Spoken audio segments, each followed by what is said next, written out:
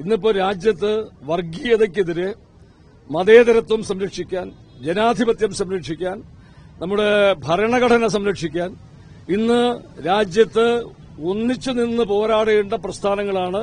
അത് ദേശീയ തലത്തിൽ കോൺഗ്രസ് ആയാലും നമ്മുടെ ഈ ഇടതുപക്ഷ കക്ഷികളായിരുന്നാലും ഈ നമ്മുടെ മുമ്പിലുള്ള ഏറ്റവും വലിയ ഒരു വിഷയമെന്ന് പറയുന്നത് വർഗീയതയാണ്, അത് ഫാസിസമാണ്.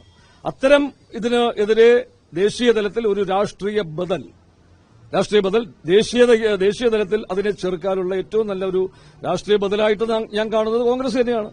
കോൺഗ്രസ് എന്ന് പറയുന്നത് ഈ രാജ്യത്തെ ഏറ്റവും വലിയ ഒരു ജനാധിപത്യ പ്രസ്ഥാനമാണ്. ഇവിടുത്തെ സ്വാതന്ത്ര്യ സമരത്തിന് ഏറ്റവും നേതൃത്വം നൽകിയ പ്രസ്ഥാനമാണ്. മഹാനായ നെഹ്റു വിഭാവനം ചെയ്ത നെഹ്റുവിന്റെ സോഷ്യലിസവും ജനാധിപത്യവും മതേതരത്വവും അദ്ദേഹത്തിന്റെ ദീർഘവീക്ഷണവും അതൊക്കെ തന്നെയാണ് ഇന്നും ഇന്ത്യയുടെ ഒരു ഊർജ്ജമെന്ന് പറയുന്നത്.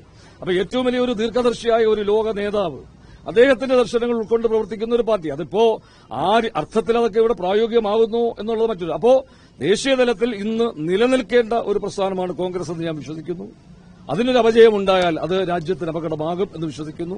അതിന് ശക്തി പകരേണ്ട ഒരു വലിയ ഉത്തരവാദിത്തം അത് ഇവിടുത്തെ ഇടതുപക്ഷത്തിനുമുണ്ട് എന്നാണ് ഞാൻ വിശ്വസിക്കുന്നത്.